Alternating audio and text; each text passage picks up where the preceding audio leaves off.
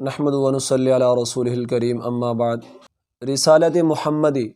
بنیادی عقائد میں سے ہے جسے اللہ نے اس انداز میں بیان فرمایا: اعوذ باللہ من الشیطان الرجیم، بسم اللہ الرحمن الرحیم، وما ينطق عن الہوى ان هو الا وحی یوحی، کہ نبی علیہ الصلوۃ والسلام کوئی اپنی خواہشات بیان نہیں کیا کرتے بلکہ وہ تو وہی بیان کرتے ہیں جو ان کی طرف وحی کیا جاتا ہے۔ نبی علیہ الصلوۃ والسلام کی سیرت میں بہت سے واقعات ایسے ہیں جو آپ علیہ الصلوۃ والسلام کی نبوت اور رسالت کے دلائل ہیں، جیسے شق القمر کا واقعہ ہے، چاند کا دو ٹکڑے ہو جانا،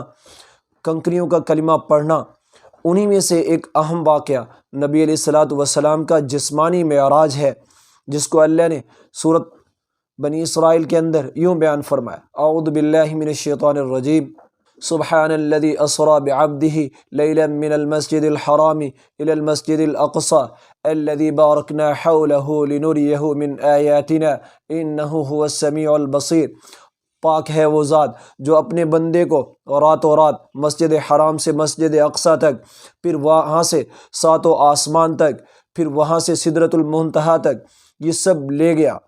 اور سدرۃ المنتہا کے پاس اللہ نے جو چاہا اپنی قدرت کی نشانیوں میں سے نبی علیہ الصلوۃ والسلام کو دکھلائیں، اور نبی علیہ الصلوۃ والسلام اللہ سے ہم کلام ہونے کا شرف بھی حاصل کرتے ہیں، اور پھر بار بار تخفیف کے بعد آپ علیہ الصلوۃ والسلام کو امت کے لیے 5 نمازوں کا تحفہ دیا گیا۔ یہ بھی وہاں پہ پیش آیا۔ اللہ کی قدرت کی نشانیوں میں سے نبی علیہ الصلوۃ والسلام نے وہاں پہ جنت کا نظارہ کیا، جہنم کو دیکھا، اور بھی اللہ نے جو چاہا نبی علیہ الصلوۃ والسلام کو دکھلایا اور جو چاہا سنایا۔ یہ سب نبی علیہ الصلوۃ والسلام نے جو ہے نا وہاں پہ نظارے کیے، اور یہ سب کچھ رات کے چند لمحات میں، اور نبی علیہ الصلوۃ والسلام چند ہی لمحات کے اندر واپس ام ہانی کے گھر لوٹ آتے ہیں۔ تو اتنا کچھ ہو جانا یہ صرف اور صرف نبی علیہ الصلوۃ والسلام کا معجزہ ہے، اللہ کی طرف سے جو آپ علیہ الصلوۃ والسلام کو عطا کیا گیا، اور یہ آپ علیہ الصلوۃ والسلام کی نبوت کے لیے واضح دلیل ہے، آپ علیہ الصلوۃ والسلام کی رسالت کے لیے واضح دلیل ہے۔ یاد رکھیے، واقعہ معراج یہ بنیادی عقائد میں سے ہے، آپ علیہ الصلوۃ والسلام کی ذات کے ساتھ خاص ہے۔ آپ علیہ الصلوۃ والسلام کو ان تمام مراتب سے نوازا گیا،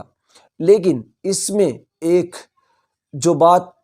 اس سے متعلق لوگوں نے مشہور کر دی ہے کہ یہ 27 رجب المرجب کے ساتھ خاص ہے، تو یاد رکھیے اس کی تاریخ کے بارے میں بہت سارا اختلاف ہے۔ ربیع الاول کا نام آتا ہے، ربیع الثانی کا آتا ہے، اس کے علاوہ دیگر ماہ کا نام بھی آتا ہے۔ تو یہ ساری تاریخ کا اختلاف ہونا یہ اس بات کی دلیل ہے کہ اس کی تاریخ کوئی اتنی محتم بشان چیز نہیں تھی جو اس کو یاد رکھا جاتا یا صحابہ اکرام اس کو یاد رکھتے۔ جو اس میں سکھلانا تھا وہ سب آپ علیہ الصلوۃ والسلام نے صحابہ تک پہنچایا، اور صحابہ نے اسے محفوظ کیا جو دین کا حصہ بنا۔ باقی اس سے ہٹ کر اب اس واقعہ کو صرف 27 رجب کے ساتھ خاص کرنا، اور پھر 27 رجب کو مختلف رسومات کے اندر مبتلا ہو جانا، اس کا کہیں ثبوت نہیں ملتا، اور ہمیں اس سے جو ہے نا وہ بچنا چاہیے۔